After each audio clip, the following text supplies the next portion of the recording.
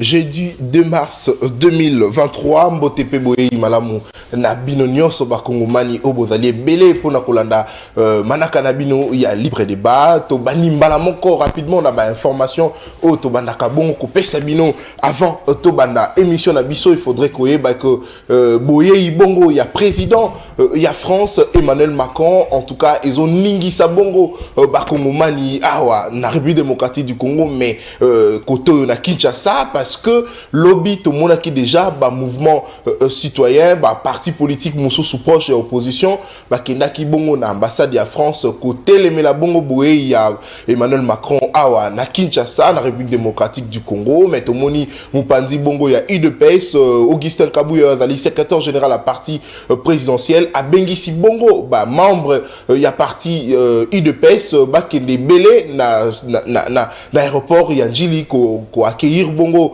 Emmanuel Macron, mais côté européen nangambu ya Lamuka à partir il y a le 11 mars et que la bongo samedi Lamuka a lancé marche pour nako exiger bongo départ il y a EAC ko dénoncer bongo guerre au izole kana est ya mboka na biso, également ko dénoncer bongo mégestion ya mboka na biso, surtout il y a situation il y a partie est ya mboka na biso et pas il y a bakondi ya mboka na biso wanande Lamuka ndemutu alobi yango, mais tolandi bongo lobi réaction il y a Paul Kagame oyo l'air à apprendre que na Kinshasa awa ba congolais bazo manifester ba boyi bongo Boye il y a Emmanuel Macron Paul Kagame a sali réaction a sengi bongo ba kongomani ba manifester nanu contre ba dirigeant oyo bazo koka ko gérer mboka bien té oyo bazo koka ko gérer ba problème na biso bien té na place ya ko manifester contre Boye bongo il y a Emmanuel Macron on est dans la ki bongo moi d'information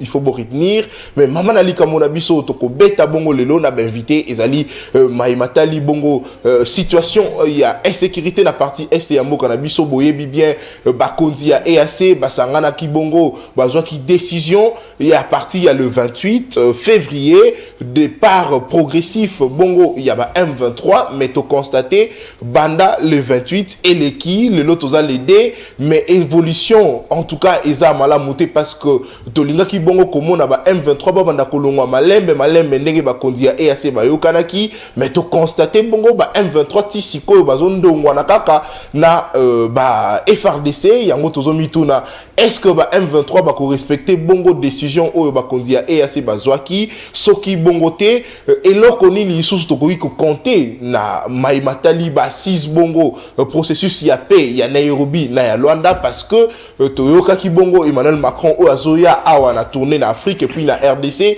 a soutenaki processus ya paix ya Luanda na ya Nairobi tangu siko lelo awa processus wana ezo apporter nanu eloko ya malonga te, parce que tomoni ba M23 ba boyi vraiment ko yokela ba kondi ya EAC. Est-ce que tu peux compter lisusu na mai onyo sezoleka na au niveau ya sous-région pour être kimia et kota bongo na partie est ya mboka na biso potolo belango toza bongo na ben invité na biso na liboko na ya mwasi toza bongo na ndeko Merley vuvu azali moko ya bai iner ya maître Pascal Nimomu ba ndeko Merley mbote pe boyi voilà mbote ndeko na tan mbote na mbote na bakongomani nyonso mexicain banda pasi pour moi on va menacé par les gens qui récemment les BNC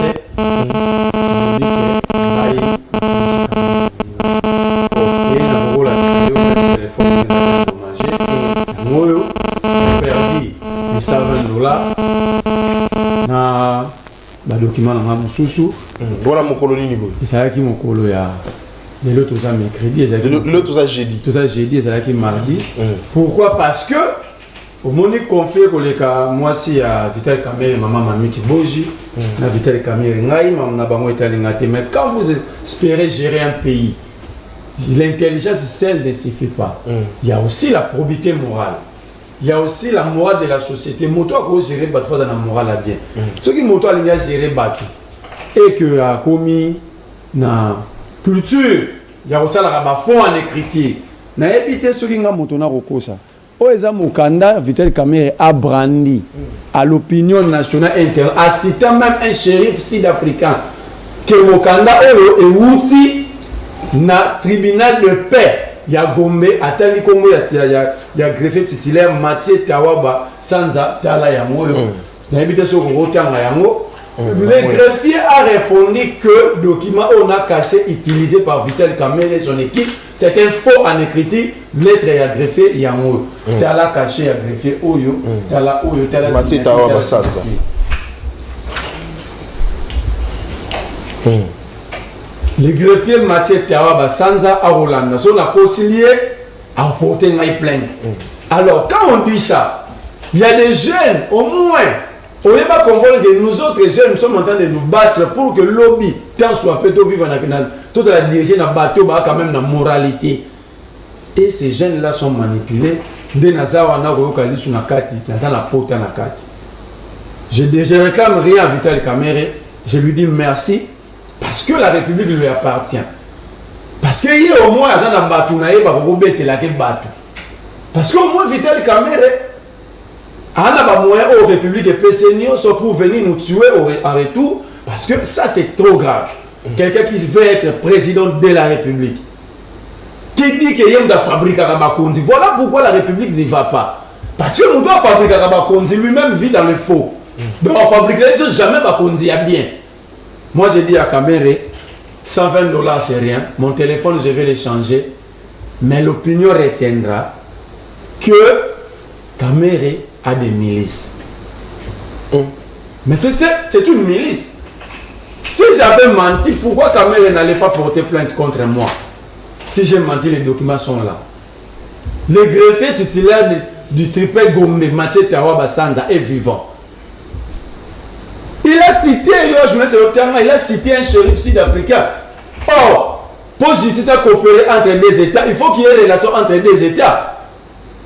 Comment un greffier peut engager la République face à un autre appareil judiciaire d'un autre État?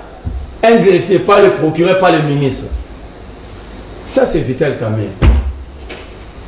Et conséquence, quand on dénonce, c'est pour arranger les choses, pour que la République aille de l'avant. Et vous avez l'intérêt d'habiter tout. Mais conséquence, il faut recruter les jeunes. Balanda Batunasima, jusqu'à ce que je perdu mes documents. J'ai perdu mes 120 $. Dans la question. Problème Vital Kamerhe à Madame Mamik. Je ne suis pas dedans. Moi, je suis tombé sur les documents et j'ai vérifié. Caché en haut. La signature est greffier au Oyo. Telle caché ou la signature au greffier Oyo a la signature cachée au Il a répondu, même place du greffier a répondre, il a répondu à un cabinet. A répondre à un cabinet à Maître Lukese Kakuela, avocat conseil de maman Boji Mamik à Kinshasa Lingua. Même le cabinet il y a avocat qui a maman Oezali. Le greffier a écrit à un cabinet.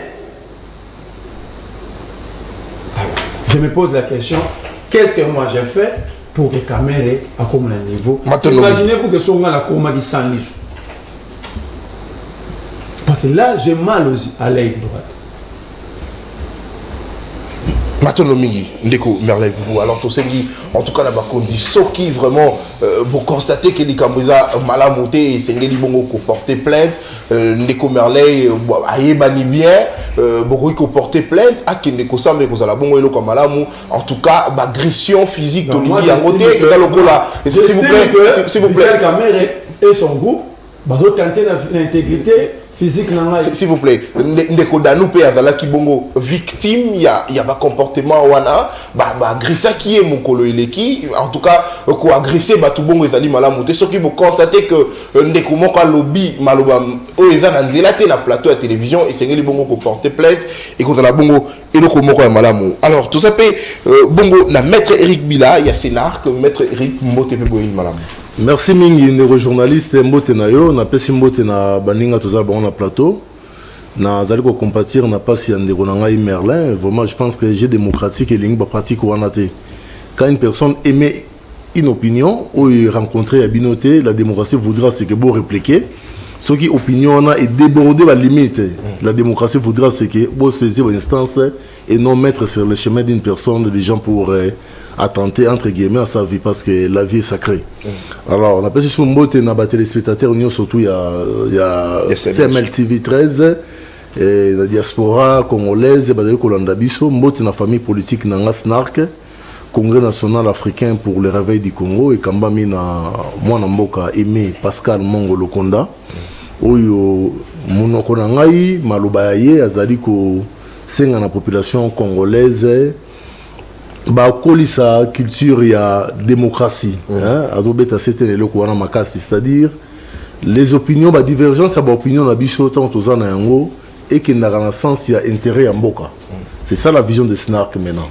Vision SNARC ezali ndengwana, c'est-à-dire que on peut être partagé d'avis mais l'essentiel na ba partage ya ba divergence na biso wana intérêt ya mboka nde ezaka liboso. Donc na kombo ya SNARC na kombo ya mwana mboka Aimé Pascal Mongo Lokonda to zali lisusu ko réitérer ba condoléances na famille ya mwana oyo to biso surtout na Kinshasa mbo aliaki mwana bomaki mwana mbebe. Alors nazobeta c'était na ba konza mboka c'est normal, c'est des situations qui se passent na mboka na biso yo. Il y a tout un ministère, pardon de gros, parce qu'on ne peut pas faire passer ça comme ça. Okay. Nous sommes parents. Tout un ministère, il y a pêche, agriculture, élevage et consorts. Ils ont des services, ils ont des divisions urbaines partout dans la commune. Ça coûte quoi na ministère Rwanda va réglementer comment gestion de l'élevage de bétail par exemple Banyama. Déjà pour enrôler la Congo, c'est un problème. Si dans les pays, c'est la France, les pays, c'est les États-Unis, on interdira ces pitbull ou à combien plus forte raison biso? Alors, pas si dans les alliés, j'ai suivi dernièrement les bourgmestres réagir à la télé pour dire que non, désormais, non, ça c'est pas une mesure conservatoire. Mais tout le monde a combattu, surtout dans le week-end, dans la sport, dans le tango, ils ont vraiment danger pour la. Ils ont danger, les problèmes, ils allaient réglementer. Si on combat que l'ambois, ils ont abêté. Mais Sengeli est rempli de préalables, notamment Tonga Amboa Fozwaka, notamment Sengeli va répertorier ceux qui ont compatibles avec la Niama. Voilà. Ils sont exigeants sur le plan alimentaire. Et la cause, ils sont trop agressifs. Voilà. Ce sont Bimisi Bango na Libanda a constaté que Azar en danger a déjà ils allaient mélanger il y a race sauvage et domestique. C'est-à-dire il a les réflexes sauvages d'un animal sauvage. Alors je croyais personnellement qu'il y aura une réaction rapide de l'autorité publique dans le sens à cause de la mesure conservatoire, mais tout le monde y a monté. Donc, la ministre, rapidement, le plus rapidement possible, prenez des dispositions qui s'imposent pour que Makamanengona ait un soutien à Kinshasa. Maintenant, Ndeko, Eric Billet, Sénat, que tous avons opéné. Orni Lenda, candidat président, Bote Peboyi Malamu.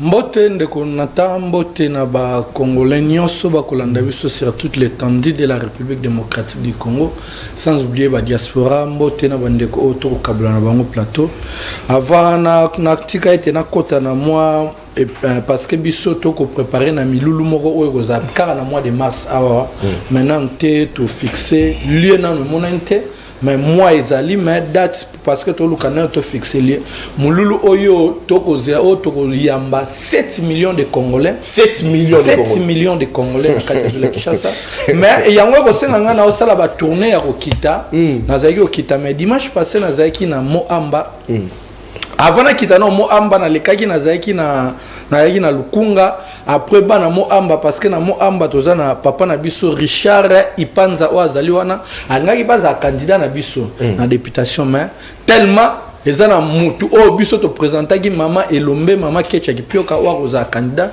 nde papa na tema za pasteur aza pena école na ezaki faina kita poto solana eto eba ete a désister na place ya mama Kecha Kipioka mais na kitaki wana to soli pena base total si bango ete ba préparaka déjà 7 millions de Congolais donc c'est-à-dire 7 millions de Congolais parce que Kinshasa toza plus de 15 millions donc c'est-à-dire 7 millions de Congolais o biso to kozela bango na bango parce que tous banga étouffement ezala d'ailleurs stade de Martyrs il a fait à 80 000 places mino 7 millions beaucoup ya bango wapi oui aux ana raison yango moni place on a tout mona efso que to ko Lucasco place donc c'est-à-dire à partir à wana aux ana raison mais na mo amba wana ndeko na zaki wana to solo lina papa parce c'est un pasteur Richard Ipanza, je le salue aussi. To solo na ebisi était au désesté na au tike la maman Ketcha Kipioka a repostuler mais yo kozana si maman Ketcha Kipioka.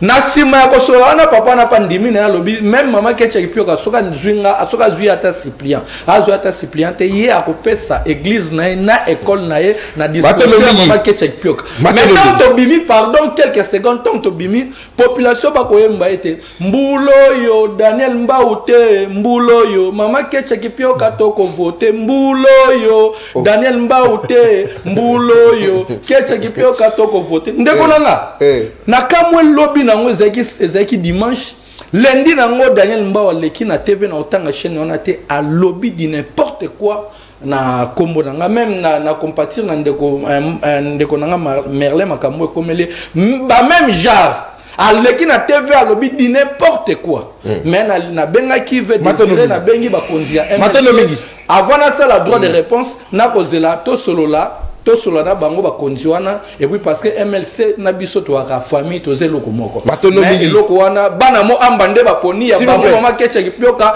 comme solution ya mo amba po ba wese ya mo amba ba goya ba kikoso ba goya ba mo finuku mais bana mo amba ba lobby solution na bango ezali mama Ketcha Kipioka candidat président azosa la campagne pour la candidate député. Maintenant ndeko il est là. Alors to kotimbala moko na sujet na biso na thématique na biso tozolo bela bongo retrait progressif ya ba M23 oyo en tout cas to constater que na est ya moko na biso bitumbezo continuer mais il fallait babanda kolongwa bongo à partir le 28 le lot toza le D est-ce que ndeko Merlin vous to koki lisusu ko compter na processus ya paix ya Nairobi na Luanda parce que tozo constater que tilelo ba M23 boyi kolongwa po ete bitum parce que bitumba ils ont continué bongo na est ya mboka na biso na kokende penza mbangu ngai Nathan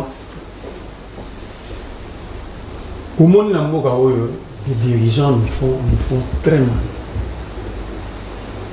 Par exemple Bougoumès a dit ça sur Fobakangaye. Oh pas ça ce Bakangaye nous allons constater que la République n'est pas gérée dans la Katagène. Comment Bougoumès, j'ai la vidéo avant d'ici attendre une notabilité à commune à Giseso. Au lieu que la Giseso Kouloune et Bundamaki, côté avenue de la paix. Yoka Mamou Bougoumès à lobby. A félicité Bana Koraté sur avenue de la paix. A félicité Bango pourquoi? Parce qu'il y a Yedisaki Bango. Donc lui il est en train d'officialiser la criminalité dans la municipalité. A Yedisaki population, ceux qui Bana Kouloune à Bimi, na machette, peuple paix, à Zoa machette. Oh. Et alors c'est félicité batu bakatani maboko bazoki pour la nini to bakuluna baki na machette population ba bimena ba machette et que conséquence batu bazoki ban il est dit en public à Tchegon sur la place publique mais tout le monde qui na est kuna officier supérieur ou asenga qui population basi mama machette ba sanctionner qui est ba télémela qui est mais justement je me pose la question quel est le rôle du procureur général de la République ce qui procureur a moni dans la vidéo on a été moi je vais laisser la vidéo par la vidéo. C'est gravissime. Lui, il est là étant qu'autorité pour organiser une municipalité, on a pour protéger. Il y a un commandant de la police. Ceux qui ont la protection, c'est que la police doit protéger la population civile. Mais il y a un peuple été. Parce que l'esprit au Koulou, dans un esprit à criminalité. Mais on a un esprit à criminalité. Et il est dit, à féliciter peu baron publiquement. Donc ça dit il y a officialisé naïe batubakata na ramaboko criminalité comme on fait c'est on a un sujet très bien nous ne pouvons pas compter na basisi ni à Nairobi ni à Luanda pourquoi parce que bateau ba que la mission solution et ça pas partie prenante il y a problème nous l'avons dit à plusieurs reprises. Le problème c'est qu'on a évité ce qu'on continue à raison pour laquelle le monde n'a pas de livre. Robert Greene, Power, les 48 lois du pouvoir à contre courant.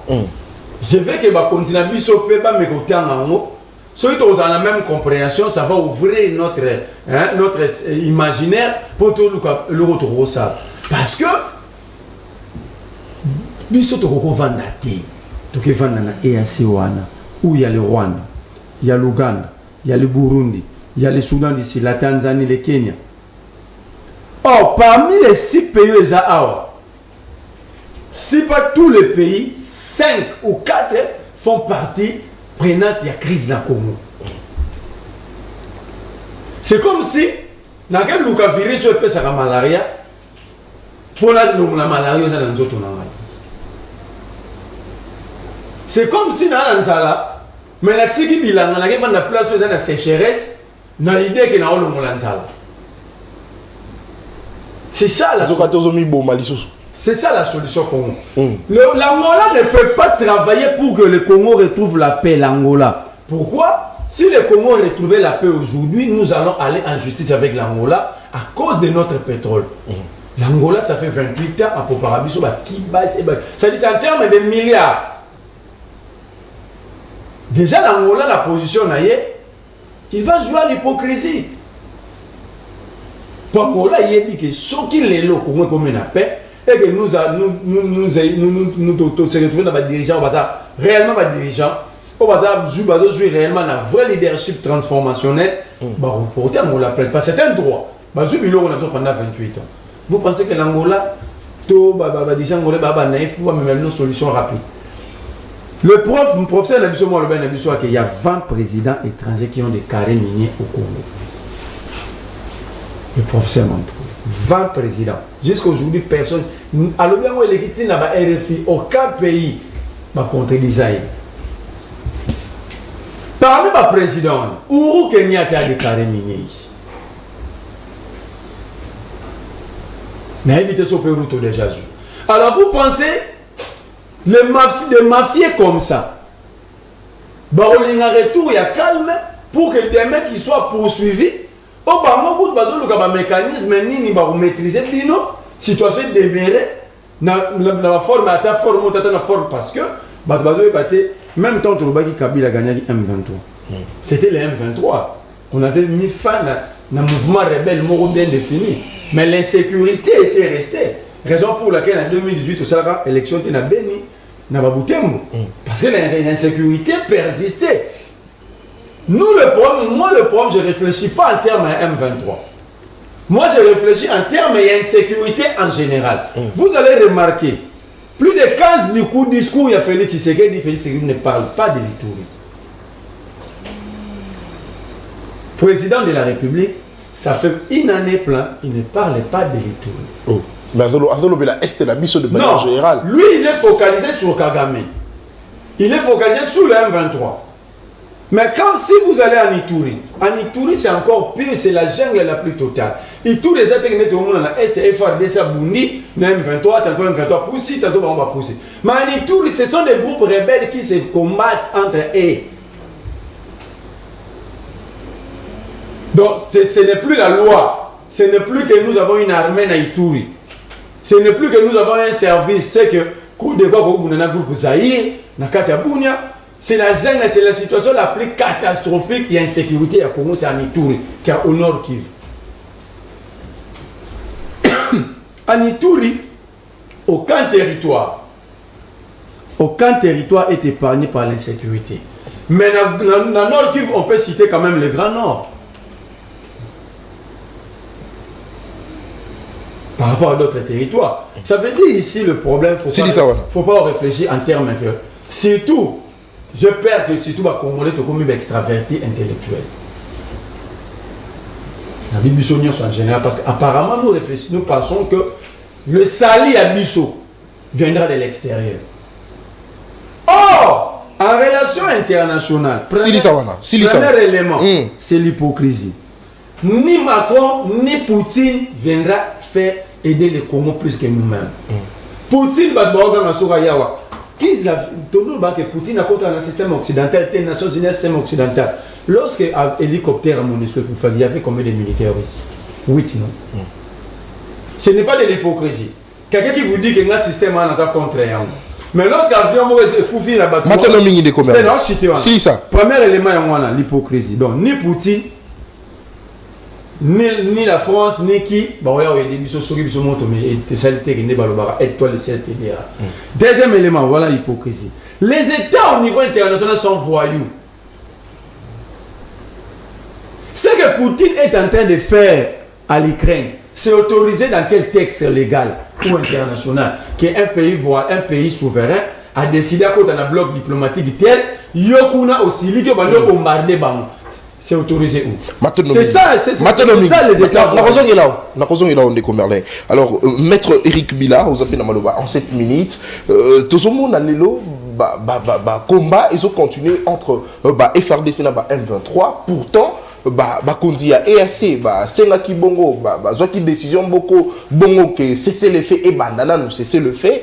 Bitoumé dans la liste sous-té et puis retrait progressif et banda partir il y a le 28 mais nous avons constaté depuis le 28 le premier le dé Bitoumé continue est-ce que Tori Kolobaliso sous les lots que feuille de route il y a Sika oh ils ont mabu Kibongo Nabakondi il y a EAC et échoué nango parce que il faudrait rappeler que à Luanda d'ailleurs va respecter qui en côté président Joao Lorenzo Yemura dans qui goûte inquiet.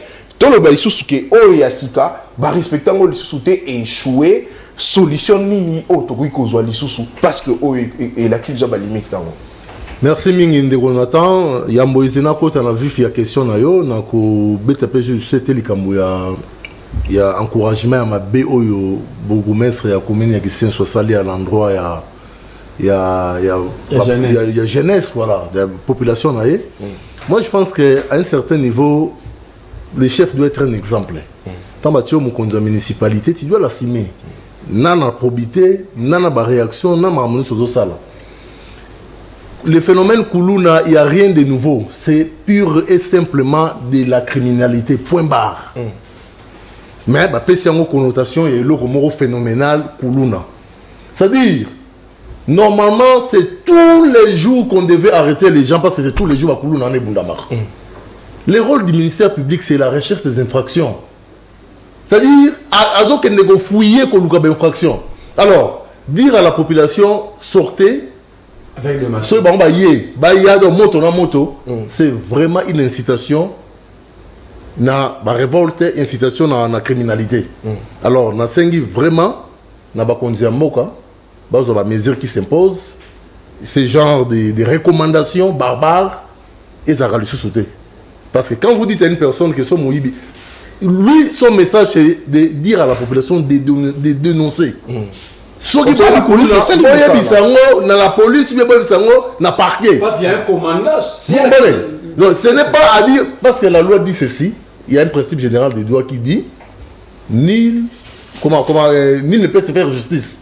Donc, tout le monde a sa justice. Même à tort ou à raison, les instances habilitées pour reconnaître le problème, les alliés, la police, parquet, consort. Donc, maître, exemple derrière, on a ça qui est comme là, il a ramené au bétali solo, tout le monde qui est bon officier supérieur, qui est là, à Téléma, qui a une population, bon, c'est mobilisé, pour ceux qui ont mon à côté, bon, on machette, bon, nana bango, tout le monde qui va conduire, ah, on a qui ça côté les ménages, bah, Téléma qui bon, bah, propos, naïe, bah, lobby, bah, il sait qu'il a jamais quoi inciter population, na révolte, bon, na qui sait son négoce. Il fallait tout le monde réagir le plus tôt possible. C'est pourquoi en gardien des peuples, nous sommes en train de dénoncer que les procureurs puissent se saisir les moments venus parce qu'on n'a pas à lui faire des recommandations, mais au moins les faits sont là. La mobilisation patriotique ne voudrait pas dire que si ma machette bunda bunda. Il y a ce qu'on appelle la légitime défense. Il y a eu bagarre entre jeunes à quartier non Koulouna exécuté mon ordre, il y a eu des blessés. Donc la référence à qui c'est donc la mobilisation ne voudrait pas dire c'est-à-dire épaule contre épaule, c'est-à-dire la tâche qu'il veut donner à la population, c'est la tâche de la police. On a le sujet. Ligamboba M23 on a le barangon balébélé, il n'y aura pas mieux que nous-mêmes les Congolais. Pour la sécurité à la frontière nabiso, sécurité na est, sécurité étendue sur la République démocratique du Congo. Et ça na organe régional ou bien organe extérieur international oyo et c'est la solution. La guerre de l'Est c'est une guerre économique. La finalité elle est économique. On ne tue pas les gens pour le plaisir de tuer à l'Est. On est en train de maintenir une situation d'instabilité pour que les barbares on va profiter de l'instabilité, on va continuer à règne économique, c'est-à-dire dividende de la bango, il y a la richesse à Congo la biso.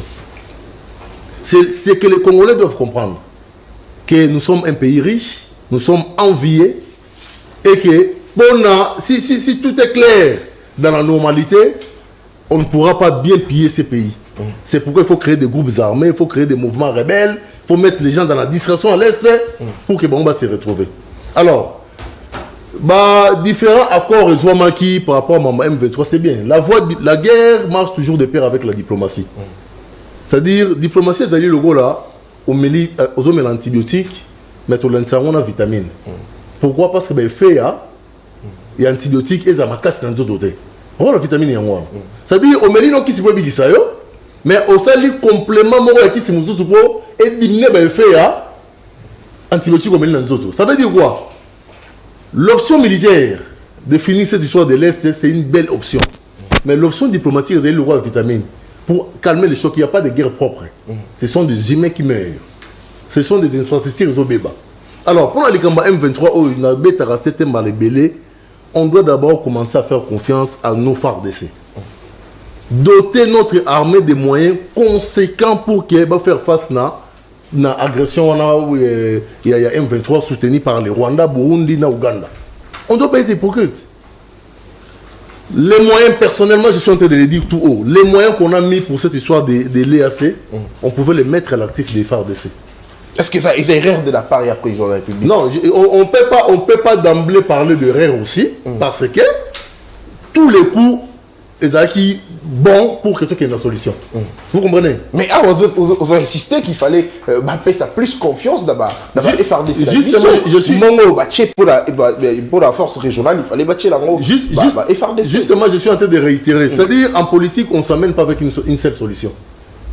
Pour un problème, on peut s'amener avec 15 solutions. Et on est en train de tenter les solutions. Mais il ne faut pas qu'on combine la solution et qu'on capote. Justement, vous m'avez rejoint. C'est-à-dire, sur les 15 solutions, sur les premières solutions, au moins que c'est limité. Écartant, vous savez le deuxième. À l'ère des choses, en patriote congolais, sans appartenance couleur politique, cette histoire de EAC, on doit mettre fin. On doit mettre fin. D'abord, ça fragilise le mental de nos FARDC. Vous comprenez? Au lobby en haut, parce qu'il faudrait rappeler que récemment, tout le monde a qui général Chico Chitambo à l'Oba qui que FARDC beta bongo makale M23. Ça là qui allusion là-bas EAC certainement présence d'un bango pédo fragilisé et FARDC n'est lobby. On doit être clair. C'est-à-dire les logo là, on a papa ndaku. Bana tout bâti là on a confiance que nous avons moui ba côté sur le ngete. À le jour mo be buna ndaku ka ba mo ka bonne na merle be na mutu musu sabino. En cas de bagarre, on doit défendre nous dans palais.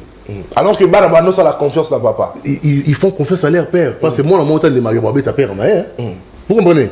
Donc, une façon de dire que la guerre, c'est un état d'esprit. Les chefs de l'État avaient totalement raison de prendre la direction EAC, croyant que ça allait donner des fruits que nous attendions. Mais maintenant que sur les plans pratiques sur le terrain, les choses ne marchent pas telles que tout ça qui n'a carrément, je pense qu'il faut trouver des solutions. La deuxième chose, c'est quoi? J'ai toujours dit, la guerre, ce n'est pas seulement les matériels militaires. La guerre, c'est un état d'esprit.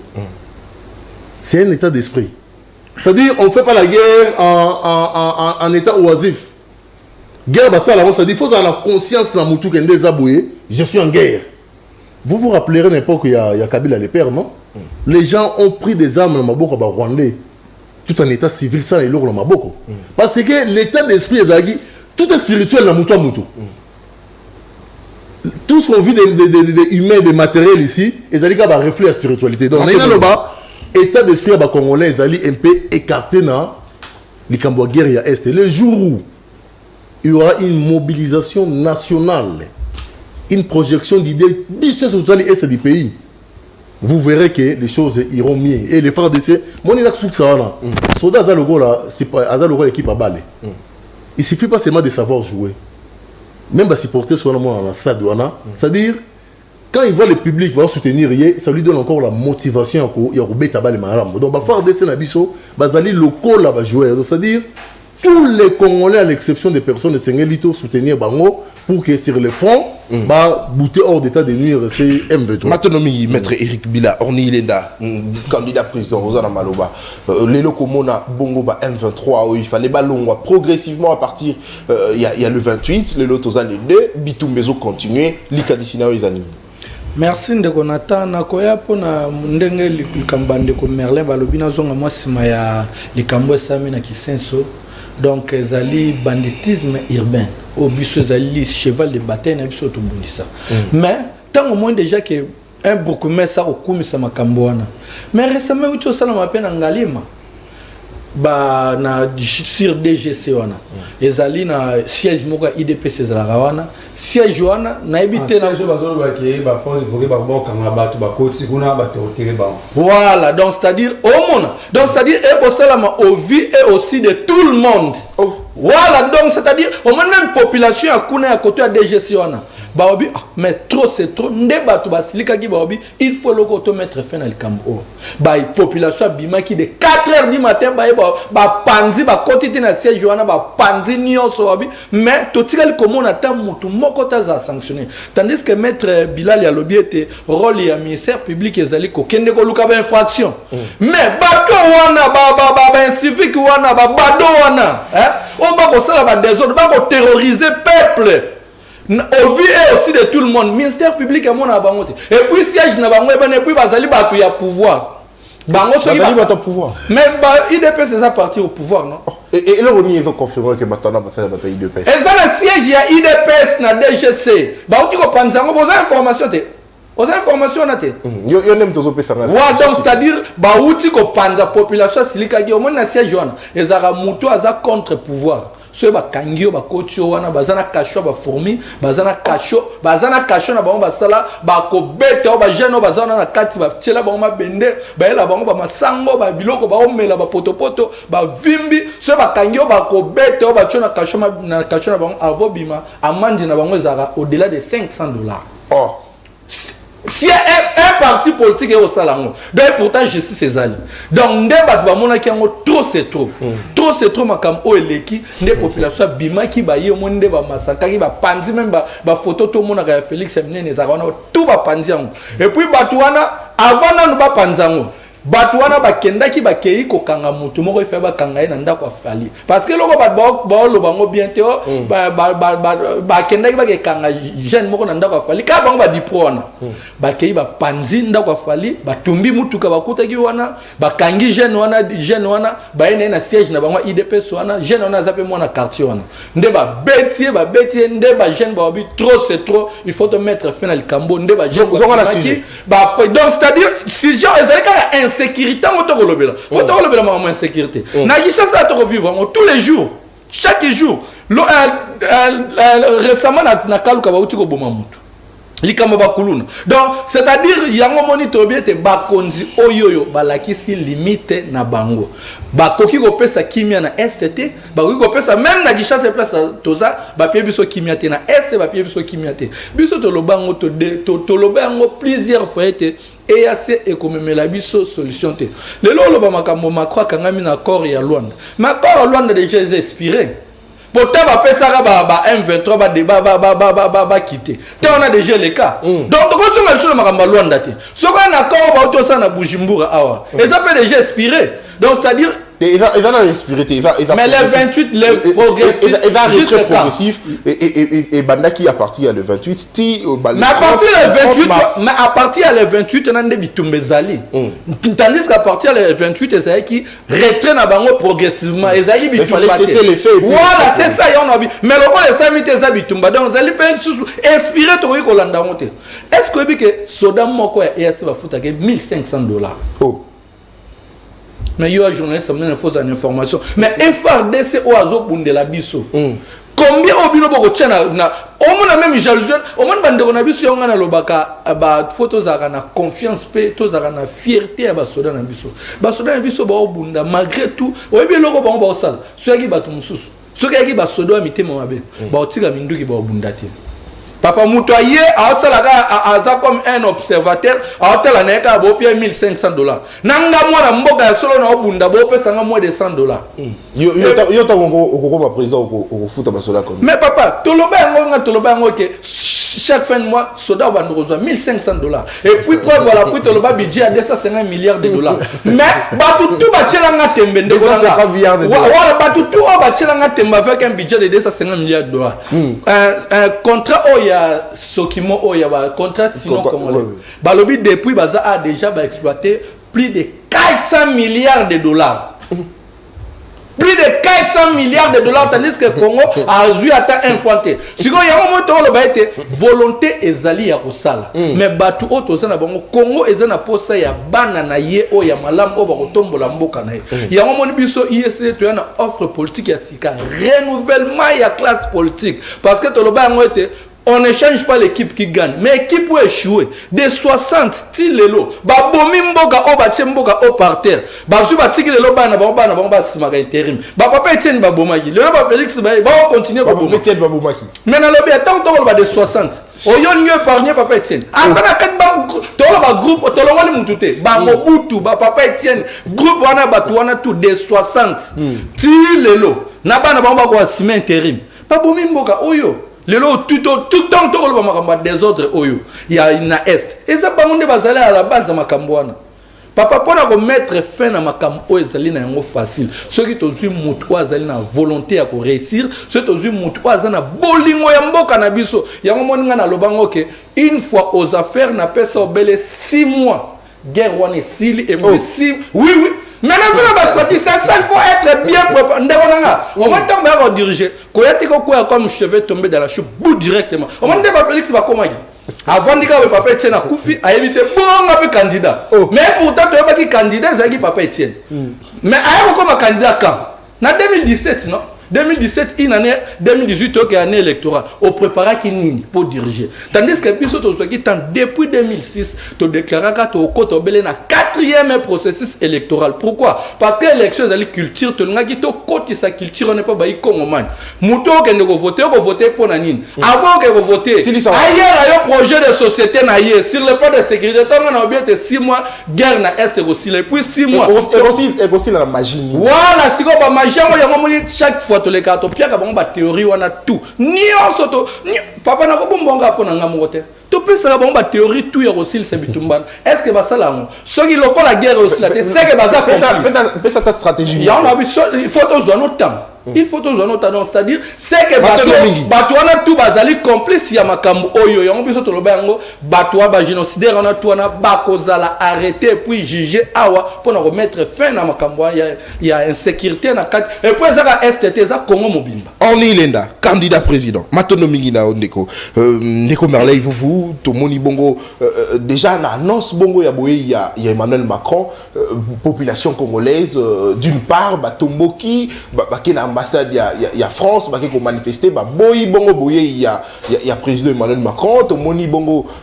secrétaire général il y a UDPS il a bengisi bongo bayi UDPS bakende ebele na aéroport ko yamba président français mais na interview na yeo azwaki bongo récemment na Champs-Élysées na journaliste o ndeko Christelle Osako na tuna ki mutuna concernant mamba est to yokaki bongo ndeko Emmanuel Macron alobaki que yé azo soutenir bongo processus il y a paix il y a Nairobi na Luanda mais lelo awa processus wana o lingi que ba M23 balongo à partir le 28 ti lelo ezo continuer ba attaque ezo continuer guerre ezo continuer bitumbe ezo kobakaka le 28 ba yokeli yango te balongo ete est-ce qu'on kanisi keze et tokoyi ko zelela Emmanuel Macron et le komora malamu poete a apporter solution na mboka na biso. Merci Ndonatan Okenemba on a blomi balé ndeko oni même le budget il y a 500 milliards déjà 50 milliards les ambongo tena maboko le problème c'est que le développement et la mobilisation il y a déjà 50 milliards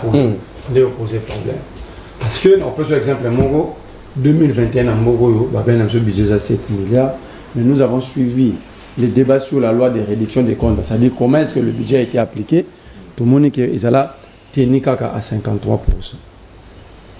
Donc, Il suffit pas de venir devant l'opinion dire que budget aux ADA, c'est faire croire à l'opinion que ce budget c'est 50. C'est ça le problème aussi à acteurs politiques.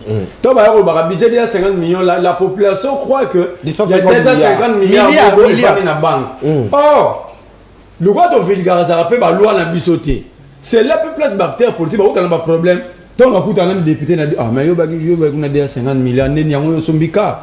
Or, le peuple a dit qu'il y a des régies financières. Il faut qu'il y ait production, il faut mobiliser, il y a des taxes qu'il faut payer pour que au finish quand ils sont bons et bon au peuple la situation sociale les ont évolué. Ben quand les autres les autres ne pas justifier que tu mobiliser autant pour exécuter côté à dépenses, pour exécuter autant. Donc ce ne sont pas des chiffres, ce sont que des imaginaires. Tant que nous avons un papier. D'ailleurs c'est pourquoi ben en projet de loi, proposition de loi, de finances. Il y a mis Baletan à lobby, il y a renouvellement classe politique. Non, le renouvellement, ce n'est pas par rapport aux périodes. Ce n'est pas par rapport à l'âge. Ne me dites pas que si un papa de 60 ans a la capacité de transformer ce pays, moi, on va voir la pesca à Yoposa jeune. Il faut plutôt jeune prouver qu'est-ce que tu as dans les trucs pour que la société n'a pas évolué par rapport à avant. Ça dit démontrer que papa bazal et l'autre condamnés sont réellement dans le faux par notre réflexion, par notre comportement, par des valeurs, par notre la capacité de transformer notre société contrairement à bateau qui va détruire. Oh si il y a un jeune à mettre la biso 250 milliards. Déjà ce débat j'entre pas parce que surtout que on a kati peut-être n'engazana habiter neni basarabi loi de finances. Tokei. Ayebi ba annexe ligne zaraté dans loi de finances. Ayebite neni ba calculer ba index ya loi de finances. Tout ça ce sont des techniques. Mon tu vas TV boza na bilom sous to rolo parce qu'il y a des experts au Bolanda pe biso. Faut natika na ba limite na soit je le dis sous réserve ya batuboy. Mais quand je prends le prérogative ya roloba yango pendant que l'expert Bolanda ça détourne même nous-mêmes. Nous détruisons nous-mêmes. Qui m'a bien ces jeunes là c'est un aventure. Sont un sujet.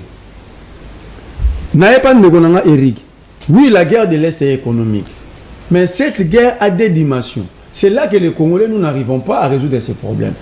Nous ici, il y a des dimensions dans la crise congolaise. Il y a la dimension internationale.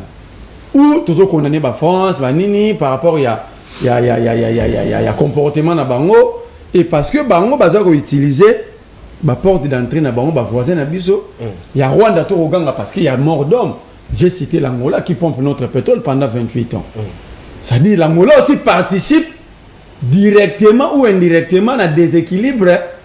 Il y a des stabilisations au Congo parce que si on exploitait le pétrole pendant 28 ans, on pouvait trouver beaucoup de moyens. Il y a organisé tout ça en sécurité, dans le développement de l'Angola. Maintenant, l'Angola a autoroute. Mais oui, il a pris notre pétrole. C'est comme si nous disons que tout c'est plein de criminels, on n'a pas bombé Batumingi, Aïdi Bamon, on a pas banque qui Tongi Banda. C'est ça l'image que nous donnons de l'Angola. Et de l'autre côté, parce que les hommes ont la guerre, pour les gens qui ont Timoula, Banini, les hommes ont la bitumbe, les hommes ont et la communauté internationale est dedans. Mais deuxième degré, il y a insécurité, il y a déséquilibre. C'est le degré congolaise. Où nous avons une classe de Congolais qui estime qu'ils ont droit de s'enrichir illicitement, de devenir milliardaires en alimentant ma poche à insécurité, en étant en connivence. Nous avons appelé cet exemple bien, illustration bien sali. Moutouma côté, à la loi, sans que Moko ne pas chrétien. Il faut qu'il y ait porte d'entrée. Alors ici, qui est le porte d'entrée? Nous-mêmes Congolais, par notre malhonnêteté, par manque de patriotisme, par manque de nationalisme, par manque d'amour du prochain, par manque, et même biso, tout comme la connivence, n'a pas rebelle, n'a pas tout. 2013, Mamadou Nda la paix à son âme, le général Baoum. Tu gagné M23 le 5 novembre 2013. Tu comme à la fin de l'année, en décembre, Babomi Bang. Mais tu vois là, la cache d'armes na Tchanjou, na montagne Tchanjou, entre l'État congolais et la MONUSCO. Et Mamobima, Babim, c'est la cache d'armes en a pays de fabrication de l'Ukraine, acheter l'État congolais. on a caisse na biso, taxe na yo, ya biso. Basomi mindu qui s'est retrouvé par rebelle. Raison pour laquelle il y a eu des sanctions à généreux Bela. De l'autre côté, Awa, Papa Nabiso Mbosso, le PP national. Notre génération à l'Obiawake, député Babimala groupe armé. Une année plus tard, des députés se sont disputés la paternité des groupes armés. L'image est là, les députés sont conscients, ils sont là. Je sais, c'est l'objet de l'autre côté. Tes procureurs, ça y a un déplacement. Oh. Car c'est pas salarié. Procureur, il a un déplacement. Yoga Mambaloba, député Mwanga Soso, c'est un touch. Yamassis, Aya Lobby. Ndaishimi et Moutabana, bon bébé Yamassis. Il y a un député touch ici qui a recruté ses frères Touchi pour venir tuer mes hommes. Les hommes sont des hommes de l'État. Mais il y a le Bibatouna. Il ne faut pas se bacarrer. Mwanga Soso pas tomber le boko. Non, objection. Il y a recruté déjà en 2018-20. Donc il accepte que pour Babotola qui est, on a qu'il y a la justice, il n'est pas recruté. Premier élément, comment est-ce que va recruter? C'est là que le procureur faut qu'on abatte à Mibali. Mais ça fait une année et demie, Bazalaka. Mais qu'est-ce que Mbosso maintenant a fait? Parce qu'il était là, l'aperçoit. Baswani devant. Seul député a réagi, ça c'est Timi Poulou, la Kola, Mibali. Abisi Mbosso, ces gens doivent répéter ce que Balobi a Oyura. Et puis, ils sont nités Babandeli. Donc, le problème du Congo, il ne faut pas mettre ça seulement sur la communauté internationale. Ils ont une grande part à responsabilité. Bissopé en interne. Ils ont, moi d'ailleurs, pour moi, la communauté internationale a 30% de responsabilité. Nous avons 70%. Pourquoi? Parce que nous sommes dans une conscience. Il y a organisé Mboka na Bissou. Il y a la sérieux vis-à-vis de Mboka na Bissou. Même cette communauté internationale aura du mal à devenir pied ici. Maintenant, Ndeko, Merveille, vous. Alors, Maître Eric Bila, Olobi Ango Awak, en tout cas, pour Nayo, il a vraiment important que EAC, Alongwanaye, Totikala, Bongo, Naba, FRDC, militaire, Nabiso, Moko, Babunda, tout fait ça, Bongo, Ebele, Babunda. Alors, les lois à Komona, Emmanuel Macron, Zoya, Namoka, Nabiso, mais Yépé, Azo soutenir Bongo, Bayi, EAC, Likanisino, les amis. Merci Ndeko, Yambotena kende vif ya question na yo na bandana ko bongisa muke pa Ndeko kuna na ngambo. Ndeko Orni Lena. Ndeko Orni hein, candidat président soi-disant, bon, il est permis à tout le monde de rêver hein. Mais à la TV tout un rôle pédagogique. Ba tu bazola nda biso sur l'équipe sur la maele, monsieur sur bazalika bazola nda TV mais à linga apprendre à partir na biso. Et c'est temps toujours les canaux TV pour on peut sa kilo d'émission. Tout le monde va en fond. C'est-à-dire qu'il ne faut pas rêver de 10 à 50 milliards de dollars comme ça, et sans en apporter des éléments accompagnateurs. C'est-à-dire, le problème de budget, c'est un problème de mobilisation des recettes. La production. C'est-à-dire, basé beaucoup plus sur la production. Vous comprenez? Donc, l'économie est extravertie, c'est-à-dire dépendant de l'extérieur. Budget ce n'est pas à venir chanter comme ça dans la TV, c'est pas bien. Il y a mis balé, t'as lobby 6 mois. Non, ça c'est théâtral. Et là, par rapport à quand il cite des gens comme étant à la base, anciens politiciens, je pense qu'il faut en respect pour papa Etienne Tshisekedi de heureuse mémoire. C'est-à-dire que il y a politique, il y a modèle, il y a constance. C'est-à-dire c'est une personnalité idéologiquement parlant, la politique en Mboka Nabiso, qu'on ne peut pas mettre dans des phrases telles qu'il a utilisées là. Donc il y a un respect mingi parce que le combat qu'il a mené pour ce pays, il y a une alternance à l'élo. Donc j'allais recadrer. L'Ikambouya Macron, dès qu'on attend, ici le problème ce n'est pas Macron pris comme individu. Est-ce que vous comprenez? Ah, les Cambodgiens Macron, ici, Macron incarne les intérêts de la France, des intérêts hypocrites de la France, entre guillemets, comme les Congolais le considèrent, que nous, les Congolais, nous voulons tout le monde est dans clair. C'est-à-dire, accueillir ou pas, ce n'est pas le problème de l'individu Macron. Parce que Macron, en faisant les déplacements de la France vers l'Afrique, il n'est venu que pour les intérêts des Français. Ça, on doit se le dire. Aïe pour l'intérêt des Français, c'est-à-dire qu'il s'agit de redynamiser les relations entre guillemets diplomatiques, économiques entre la France et l'Afrique, ne croyez pas qu'il vise les Africains. Il est en train de viser les intérêts de la France. C'est les Français qui en seront les premiers bénéficiaires. Et non, si on est sénégalais à la Congolais. Donc moi je pense que, à l'heure des choses, c'est une occasion pour nous Congolais, pour notre gouvernement, de lui dire des vérités en face. Le problème de l'accueil, on peut accueillir une personne en pleurant. Ils s'appellent accueil. C'est-à-dire, le problème ne se pose pas. Je suis pas partant pour l'accueil triomphaliste. C'est-à-dire applaudir. Il est pas ça ici. C'est secrétaire général Naé. Non, c'est-à-dire. Mais un document. Kotinda ba militant ba Macron, c'est pas ça le problème. C'est pas ça le problème. Nous sommes un État hospitalier. Nous avons des intérêts économiques que nous partageons ensemble avec la France. C'est-à-dire, moi je souhaiterais que l'accueil au CG Kabouya à 5 Nabana IDPS et ça l'accueil messager. C'est-à-dire, pour l'intérêt de la nation, on sera là dans les rues, mais on te dira Macron assez. Assez avec cette histoire de l'Est. C'est l'accueil aussi. Mais il y a qui dans le lingue wana. Non, bien de me canceller ma bé. Parce que non, à l'obi bongo accueil chaleureux. Non, c'est-à-dire les Eric Bila, tu es bien n'engeni accueil chaleureux ça là. Non, c'est-à-dire ici nous sommes en politique. L'hypocrisie, comment la politique c'est un jeu d'hypocrisie. Tous les oui ne veulent pas dire oui, tous les non ne veulent pas dire non. C'est-à-dire, moi je souhaiterais, et je suis en train, je parie même que c'est ça le message. Parce qu'au finish, le problème c'est pas l'IDPS, le problème c'est le Congo. Même s'il est question que les gens puissent descendre dans les rues, que tout un message à Macron, c'est un homme d'État. Il sait lire les gens. Il sait lire la forme de l'accueil. C'est un géant universel. Il peut déjà lire que non, nous avons un message, la commissaire l'ambassade d'ailleurs, lobby Koutouba. Moi, je suis en train de vous manifester. C'est-à-dire, l'accueil qu'on doit lui réserver, on doit pousser Macron à faire des déclarations publiques. On va nous retenir. C'est une occasion ici au Congo qu'il nous fasse des déclarations publiques. On va retenir. C'est à cela que le gouvernement congolais doit travailler, pousser. C'est-à-dire, il doit être clair avec les Congolais par rapport à la position. Il y a France, la situation est des pays.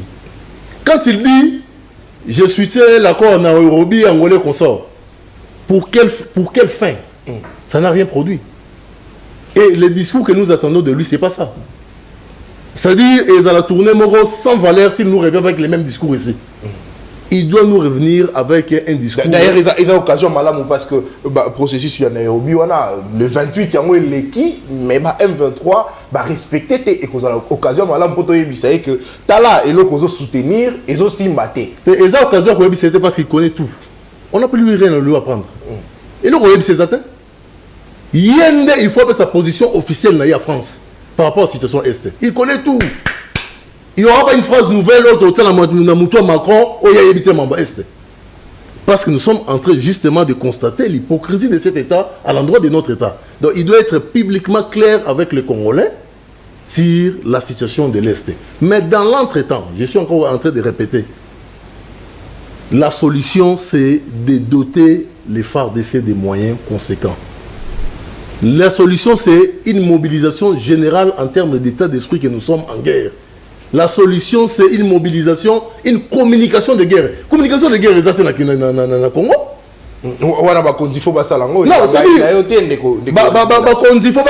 C'est pourquoi tout le temps, vous avez la gestion, il y a des médias dans le Congo, mais vous ne le faites pas. Les gens qui sont en train de combattre à l'Est, qui manquent, moyens suffisants, mais ils le font avec patriotisme. N'a combat serment drapeau. Mais ils ont des échos côté de Kinshasa. Il y a des mobilisations qui se font dans le sens, il y a des concerts, des milliers de gens qui vont se retrouver pendant que. Non. Ndako matanga ba komba ka yangote. Ça dit tant ou pas ces une ndako, faut zo batunyo son ndako. Likambo est oyo esengeli, je sais pas comment dire. Ça dit ça doit frustrer les cœurs. Dernièrement, j'étais en face d'un documentaire. Je vous dis, mon frère, je vous mens pas, on est en direct ici. Les larmes sont descendues, Nathalie, mais comment ça peut se passer comme ça? Et si tous les Congolais arrivaient à avoir cet état d'esprit que non, les années, je pense qu'on va évoluer. Donc moi, je conclue en disant que la présence de Macron ici ne sera pas apporteur de solutions immédiates. Immédiates, pardon, pour le membre Est, mais au moins les Congolais doivent les pousser à faire des déclarations publiques et qui les rattraperont. Maintenant, maître Eric Bida, Ndeko Orni Lena répondre un peu à la question. Lélo Macron a soutenir un bon processus où qualifié d'ailleurs il y a échec. Est-ce que pour Nayo Ndeko Orni comment discours nini oyo ba konzila biso surtout Félix Tshisekedi nem takokuta nae akozala nae face à face ba congolais ba kokene na aéroport ko yambaye c'est vrai to moni mobilisation ça la mapoete ba congolais mususu ba lobi ke ba boya boye nae ba afficher ba message moko eko lakisa ekotalisa que to za bongo na bosenga na ete na mboka na biso mais Félix Tshisekedi o akokuta nae akozola nae discours nini fois za nango envers parce que processus il y a Nairobi échoué le 28 il fallait se retirer discours nini message nini au Félix Tshisekedi il faut pour apporter à l'obila Emmanuel Macron. Merci Ndekonata. Au moins tant mettre au lobby au moins simbi même bikité na comité donc comment kitangu na Merlin a loba pour ba keka na même sens donc c'est-à-dire il y a un lobby il faut te ngamboka na biso. Il y a un certain moment na obaki na le kanaba plateau te mais tangu makambo sino Congo o ebandi ndena komi ko lemba ba pelle ya batu ba lobby il y en a il faut même na programme na on a piève no programme na nga ya kenal au monde été to lobango il faut te réorganiser système mais il faut donc maintenant ça ngo na mutu to réorganiser système éducatif ya mboka na biso il faut to kotisa civisme dès na école déjà de maternelle mutu comprendre alinga mboka na ekoleka nyonso. Mais Ndeko Marley akokama on dit maté 250 milliards de dollars koki ko sala na mboka na ye. On dit mangote. Mais ba on a osala ngo de expliquer à Talisi a expliquer non s'il vous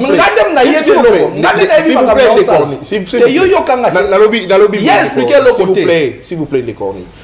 250 milliards on et va place mon côté ça stocké quelque part. Il y a même yo kanga nazo continuer c'est ça na ko mobiliser ba moyen et puis na gérer de manière claire. Voilà, c'est-à-dire na ko sala déjà RDC ko sala un grand pays producteur. Donc c'est-à-dire parce que les lots de konanga l'objet économie na biso est extraverti. Donc c'est-à-dire to produire raté. Tandis que na ko sala RDC sala un grand pays producteur d'Afrique. Tous à la peut consommer par d'autres pays va consommer kabiso. Donc c'est-à-dire au bout de 2 ans na ko sala RDC ezala to produire to laisse 4 milliards habitants du monde au bout de 2 ans. Donc c'est-à-dire au moment on a expliqué que koyeba makambo zali ko ya sala ndeko nata. Au moins so to lingi mboka na biso te. Donc to va retourner kaka. Koyeba makambo o muto zali ko ya sala. Mais so koyebi yango te. O ba ndoko ya na oka koye ozo o leki TV ba benso na TV oye oyeba même pas likambo loba. Likambo ya ko sala oyebi yango te. Yango to préfère au moins na va na parler de message oya ba bien makambo loba resesu makambo loba ba resesu. C'est ça. Même na ebtende ko nono ayebisa ayemsu na boya ka otina ba message obi yo kaneti ba bolo batunde bazana susi no ba benga ba ebisuna likambo yo mais to ko osaka tant que les kaka to yo osaba théâtre so yo tona ba place to ko kende mais au katitano ye apono yo ebisa ba ikongo man o yo ko sala to lingana mboka na biso to zana to rêver Congo ya munene po to zana nyos awa talaka na terme ya mabele na biso. Tous on a combien? Plus de 80 millions d'hectares de terres arabes. Donc c'est-à-dire ma belle nabisonio sur Congo.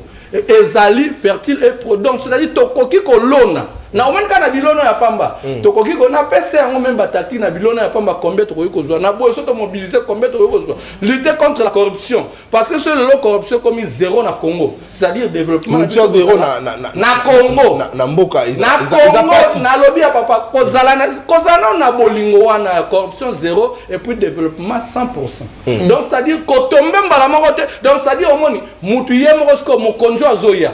tango ya na lobby ete souci na ngezali na se servir te mais na servir nation na ya même slogan na biso za o so malanu bandaku so ba veste bien mais papa na lobby ndaku so quoi o tika ngo mutu ko nyonso o tika ngo mais eloko nini yo ko tika pona future génération biso to lobaka différence ça entre un politicien et un homme d'état un politicien yo za homme d'état.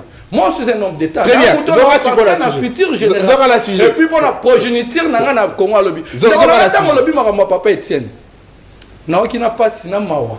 Tango loban to bon. Non, qui n'a pas si vraiment. Mais ce que bi histoire mboka na yo, oyebake batu liboke ya batu wana nyonso. Bangonde babomaki mboka na biso tilelo parce que tant Belgique tiki Congo. PIB na biso ezaki égal na Canada na Corée donc c'est-à-dire bato belé ba wuta musika ba yo zo soin na Congo ba payer belé ba ngolé ba Brazzaville ba zaki oya ko sala sali awawa lobiaki lelo na ko zo avion na même azana Côte d'Ivoire a zo ko frère na Congo. C'est impossible. Au lieu de ça, on a souci, on a mais il y a beaucoup de ça. Quelle est la personnalité on peut se toboyer avec comment ça va comment on a mouton dira comme une zambe na yo. Tandis que mouton a échoué. Équipe a échoué, il faut tout changer yango. D'ailleurs ce toi qui mouté mamabe, il faut tout pendre bango. Oh, voilà, c'est ça. Mais na libérer ça match. Na permettre de discours. Na tangi comme moi. Na lobby soki. Na lobby soki na tangi comme moi. Na permettre de discours na lobby il faut tout sanctionner bango. Équipe, il faut équipe. Le banco sanctionner mais coupable. Mais na lobby na lobby na lobby soki. Hollande na lobby soki. Donc ça dit il faut tout sanctionner bango. Il y a une équipe oyasika. Macron est président français. Macron le doit sentir était intérêt à France vis-à-vis Afrique va perdre. So Hollande tel makamboele kana Mali, so Hollande makamboele kana Centrafrique déjà so tel na Centrafrique au monde a été riche azawana so tel na Mali au monde a été riche bazana le na Burkina Faso le petit na Tchad. Donc c'est-à-dire Mali France va sentir était intérêt na bango ba perdre intérêt na bango vis-à-vis Afrique. Donc il y a azali koya pour renouveler confiance azwa confiance encore ya africain. Mais est-ce que biso mo de tant que africain parce que biso nous sommes des panafricanisme auto boulé auto revara Congo ya munene et puis Afrique ya munene parce que franchement le baki était Afrique est en forme ya revolver gâchette na ngoza placé na Congo. Donc c'est-à-dire biso des photos benda gâchette pour être Afrique tombe. Maintenant qui manque le bel makambo culture, na qui manque le bel makambo nini tandis que de tant que des Africains, de tant que les Congolais autour de l'Afrique, tout ça la culture na biso. Papa na le programme na ngotala o le la main na miso. O lo ba été l'homme, c'est-à-dire donc Macron a joué à même la biso culture na ba importé o ya bango ba mindele o yo mwana akoyi ko tambola moitié ni vis-à-vis ya ba parents. Culture na bango o ba mbona mboba ko bala na o mbali na mbali ba ko bala parce que alors bota o ta il faut tanga makambo o ya lobi o ya sala na Afrique. Donc c'est-à-dire ma culture biso de tant que des Africains tous na propre culture na biso histoire na biso culture na biso pour respecter ba centre na biso zali respect ya mikolo o respecter mukolo na o respecter papa na o respecter ba ancêtre na yo. Donc c'est-à-dire pour na biso d'intérêt au Macron ko yela awa tous na moto o to ko ko ebise pour na nga so na zaki ndeko Félix na biso monsieur Macron comme meka ko chama kolono na Congo te donc c'est-à-dire soko ya par force oui c'est comme meka ko chama kolono na Congo te makambo ko lobela ngo musika kuna c'est ça mais parce que na féliciter ba président Mali ba sali yango poani ya ken Mali matano mingi donc moi que tozali to lingi ce to lingi mboko te toza ba complice ya mboka na biso to wandoya na TV ndeti ko sa ba théâtre yango moni ba ko bayaka même émission mona bato ba ya sa ba théâtre so lingi mboka no ya na la pesa ba idée o tombola mboka no rêve Congo munene ko rêve te Congo elala o bula te o te ko simba te o impossible mais bato ba okumisa bo sela ba tchalo ba ozora ba mbongo ba otchana ba push émission ici en une minute chacun conclusion na lombango to ba nimongo na ndeko Merlin vous en a une minute, c'est vrai qu'on balaye sur le bas mina plateau, mais au moins respecter ton ayo pour conclure. Narumba. On m'a rebalaye ça c'est. Il a condamné Bajena il le pèse, bourgmestre il y a qui sait sur mais lui-même parle de la pendaison publique. Est-ce qu'on a affirmé on a lobby saut? Non, s'il vous plaît. S'il vous plaît. Avant la conclusion, s'il vous plaît. Avant la conclusion. Côté budget, c'est toute une science. C'est une technique, c'est un art. Moi, je me réserve le droit aux techniciens à monter dans le banc toi. Parce que ce que j'avais dit, ils ont maîtrisé. Très bien. Maintenant, il y a Félix. babiloko aux importants pour accompagner ayebi nazotanga livre za Robert Breen Power et 48 lois du pouvoir à contre-courant. Loi numéro 4, dites-en toujours moins que nécessaire. Loi numéro 8, obligez l'adversaire à se battre sur votre propre terrain pour mieux les contrôler. Loi numéro 26, gardez les mains propres. Loi numéro 29, suivez un plan précis jusqu'au but final. Loi 30, n'ayez jamais l'air de forcer. Loi 35, maîtrisez les temps. Loi 38, pensez librement, parlez sombrement. Loi 40, n'hésitez pas à payer les prix. Par d'autres de loi, loi 47, sachez vous arrêter. Loi 48, soyez fluide. Ça, c'est un cadeau que j'ai fait à notre président. Maintenant, Mingi, Ndeko Merlin, vous. Maître Eric Bila, en une minute, c'est ça la locola. Ndeko Merlin, en une minute, conclusion. Ouais, en une minute, conclusion. Merci Mingi pour l'invitation. Et puis, conclusion, c'est que les Congolais, tous à la distraction. Mboka ezali na biso ezali déjà la maladie to ezali ko lunga ko bigisa et maladie ya makasi mon ani mingi ezali insécurité sur le plan national et surtout mingi na partie est ya mboka na biso. Donc pour les camps est oyo na lobango chaque fois il y aura jamais de camp politique. Il s'agit du Congo, il s'agit de la patrie, il s'agit de notre terre qui est en danger. Donc pour la question de l'est, tous les Congolais doivent rester unis, solidaires au chef de l'État Félix Antoine Tshisekedi pour que les Cambouanais soient là. Alors pour citer na zaliko senga lisusu na bakonzi ya mboka na biso d'être vraiment sensible makasi na question oyo est. Moi personnellement ça me prend la tête, ça me dérange. Les Cambou oyo EAC, je suis en train de demander ça aux autorités si ça va valoir la peine qu'on puisse mettre fin parce que évaluation en ezali tel que ça n'a pas produit des effets qu'on attendait. Gérer les peuples, c'est écouter les peuples. Je pense que les moments venus, ils s'engagent sur la manière. Donc, il y a SNARC, Congrès national africain, pour le réveil du Congo. Nous avons aimé Pascal Mangolo Konda. Nous allons rassurer, convaincus que le président Félix Antoine Tshisekedi aura le deuxième mandat parce qu'il a un bilan positif. Maintenant, Ndeko, Eric Bila, Ndeko Orni, il est là en une minute. Ça, là, Ndeko, on a plateau. Merci Ndeko Nathan na osenga na baiko ngoman de tant que notable ya Kinshasa na koyebisa ete na tournée o na kosala na osenga na bana tsangu parce que dimanche o na ozala na tsangu na terre jaune bo sala ndeti bana mo amba basalaki parce que soki totindi bakonzi ya mabe lobi so basala o te biso moto za ba complice parce que balobi électeur ya mabe est égal ya candidat ya mabe omoni bana mo amba balobi solution na bango mama Ketcha Kipioka balobi yende solution na bango o akomema ba solution siko bana ya na osenga bana na tsangu pe dimanche na rozana tsangu bopo na bino moko parmi bino muto boyebi azali meilleur au botina na parlement wa kolobela bino parce que tola na poste ya parlement ya 2018 ya 2023 tozana ba meilleur au bakoke ko produire ba loi ya kitoko tozana ba bakoke ko lala teke kuna lali na ye et puis ti ni ngome koki ya juana wa koyana ba loi lo ba ete o mutu po bala apesa $500. Moi si po bala moi si po pesa $500 nzoka biso na culture ba honora kande moi so ko bala na $100,000 $1 million selon bozuna yo donc bana mo amba merci coup de chapeau na ndenge bo poni mama Ketcha Kipioka comme un solution na bino maintenant mingi ndiko oni c'est le candidat président à la bonne campagne.